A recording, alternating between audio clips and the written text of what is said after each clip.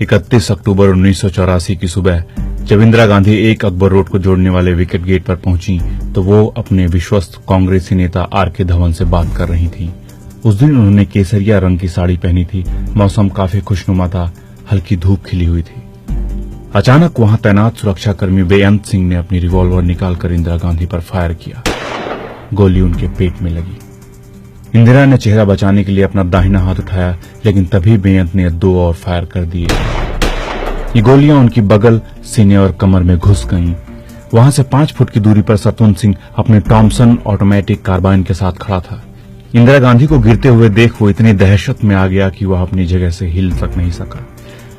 तभी बेअंत सिंह ने उसे चिल्लाकर कहा, गोली चलाओ।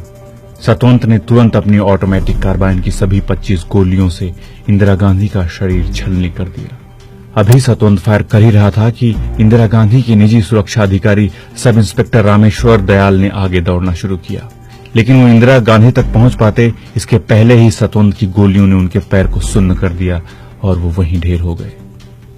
बेअंत सिंह और सतवंत सिंह दोनों ने अपने हथियार नीचे डाल दिए। बेअंत सिंह ने कहा, हमें जो कुछ करना था हमने कर दिया, अब तुम्हें जो करना है तुम करो।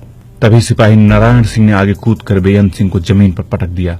पास के गार्ड रूम से आईटीबीपी के जवान दौड़ते हुए आए और उन्होंने सतवंत सिंह को भी अपने घेरे में ले लिया।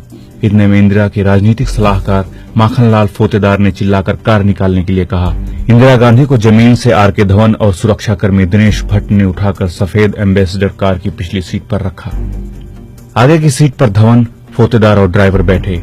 जैसे ही कार चलने लगी, सोनिया गांधी नंगे पांव अपने ड्रेसिंग गाउन में मम्मी मम्मी चिल्लाते हुए भागती हुई आईं। इंदिरा गांधी की हालत देखकर वो उसी हाल में कार की पीछे की सीट पर बैठ गईं। उन्होंने खून से लथपथ इंदिरा गांधी का सिर अपनी गोद में ले लिया।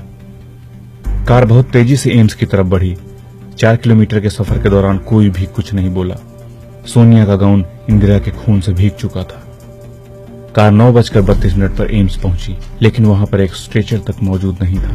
किसी तरह एक पहिए वाली स्ट्रेचर का इंतजाम किया गया। जब उनको कार से उतारा गया तो इंदिरा को इस हालत में देखकर वहां तैनात डॉक्टर घबरा गए। एक डॉक्टर ने उनके मुंह के जरिए उनकी सांस नली में एक ट्यूब घुसाई ताकि फेफड़ों तक ऑक्सीजन पहुंच सके और दिमाग को जिंदा रखा जा सके। इंदिरा को 80 बोतल खून चढ़ाया गया, जो उनके शरीर की सामान्य खून मात्रा का 5 गुना था। यह साफ था कि इंदिरा इस दुनिया से जा चुकी थी, लेकिन तब भी उन्हें एम्स की 8वीं मंजिल स्थित ऑपरेशन थिएटर में ले जाया गया।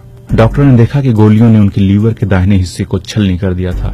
उनकी बड़ी आंत में कम से कम 12 छेद हो गए थे और छोटी आंत को भी काफी नुकसान पहुंचा था। उनके एक फेफड़े में भी गोली लगी थी और रीढ़ की हड्डी भी गोलियों के असर से टूट गई थी। सिर्फ उनका हृदय सही सलामत था। अपने अंगरक्षकों द्वारा गोली मारे जाने के लगभग 4 घंटे बाद 2:23 पर इंदिरा गांधी को मृत घोषित किया गया। सरकारी प्रचार माध्यमों ने इसकी घोषणा शाम 6 बजे की।